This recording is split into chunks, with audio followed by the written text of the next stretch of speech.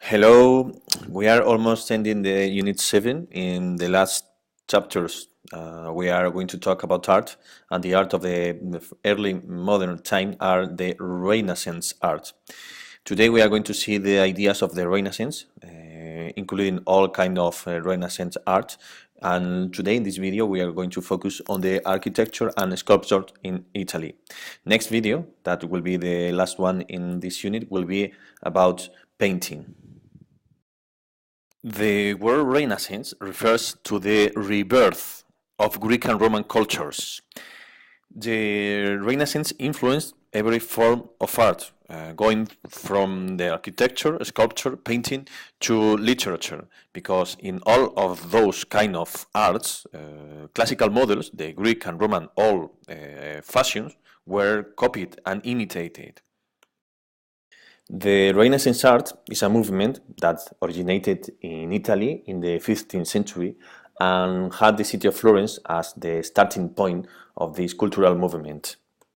In this Renaissance art, they focused very much in the human figure. The human figure became very important because the artists rediscovered the beauty of nature and human body, expressing the optimism of this new age through the human body.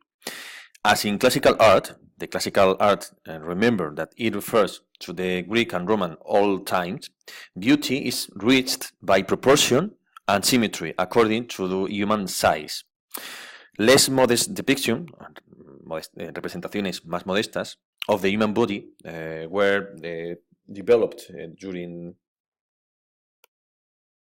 If we are saying that in modern times, in the Renaissance figures, the art was different in comparison with the one in Middle Ages, it was because in Middle Ages, figures, the human figures, were made very big according to the religious importance of the person. And they wanted to reflect the greatness of that spirit, saint, or God, or whoever. While in the Renaissance, they represented the human figure in the real size of the person. They, in the Renaissance, in the early modern times, did something unthinkable during Middle Ages. That was to depict human figures naked. This world-famous picture made by Leonardo da Vinci represents the ideal of Renaissance artists of using the human figure, as the perfect proportion.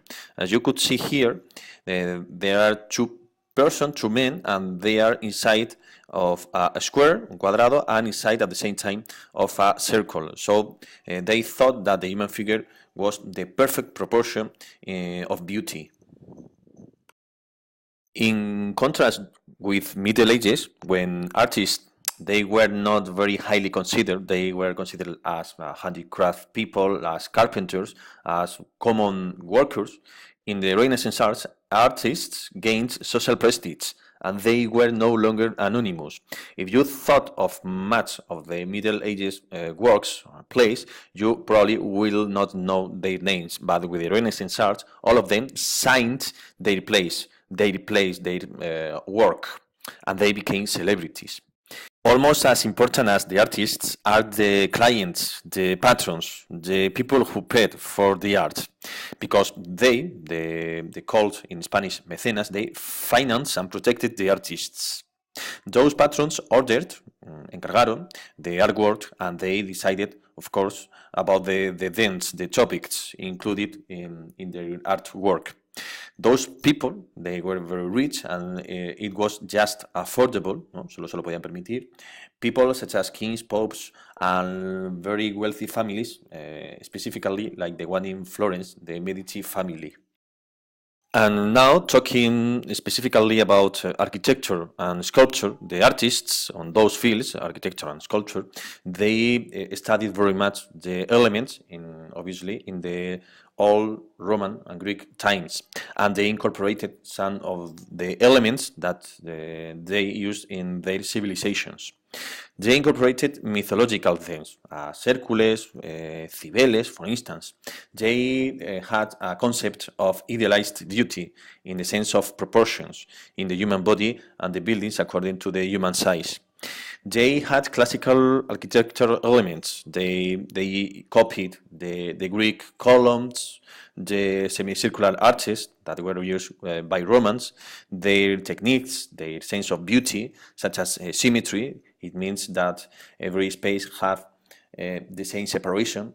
They copied the proportion, the simplicity, the regularity, and they tended to abandon the complexity, the difficulties included in the aspects of the last Middle Age art, which was the Gothic art.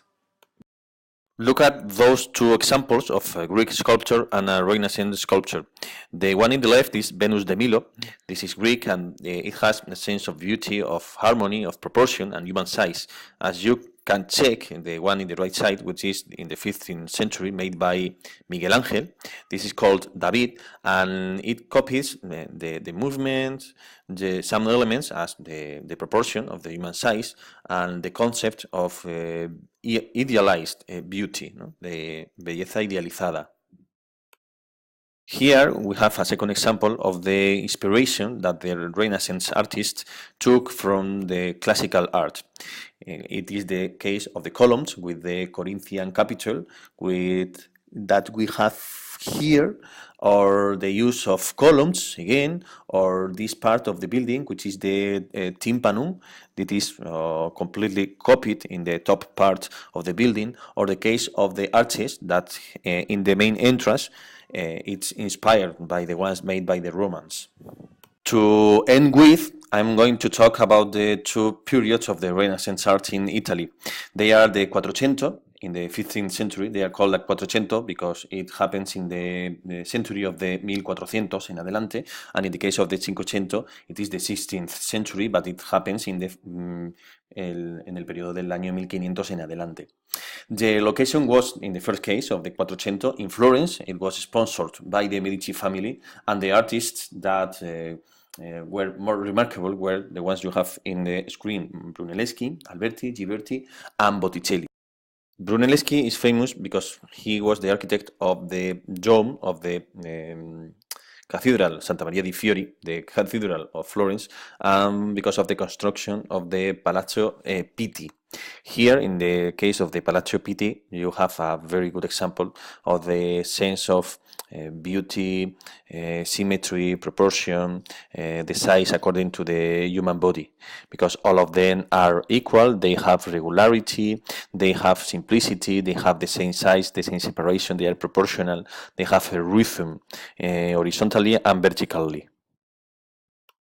Two more examples are Alberti, who was the author of this church, which is true in Florence, called Santa Maria Novella, and Ghiberti in the field of sculpture, who was the author of the Gates of Paradise, as well in the Florence Cathedral. And here you have the example. They are made in bronze, and it is a relief, un relieve. We will talk about Botticelli in the painting chapter. The second period of the Renaissance art is the Cinquecento, and it changed its location and it moved from Florence to Rome, and it was sponsored by the church. The artists that were more remarkable at those years were Bramante, Michelangelo, Leonardo da Vinci, and Raphael. Bramante became a celebrity because of the design of the St. Peter's Basilica in the Vatican City. Michelangelo did in two fields, in architecture and sculpture. He was the author in architecture of the dome of the St. Peter's in the Vatican, and in sculpture he made a number of world famous sculptures. David, that we have seen before, Moses, and the Pietà. And with this, we end with the summary of what I have explained, which was the ideas of the Renaissance and the architecture and sculpture in Renaissance. Tomorrow I will talk about the painting in the Renaissance, the painting field.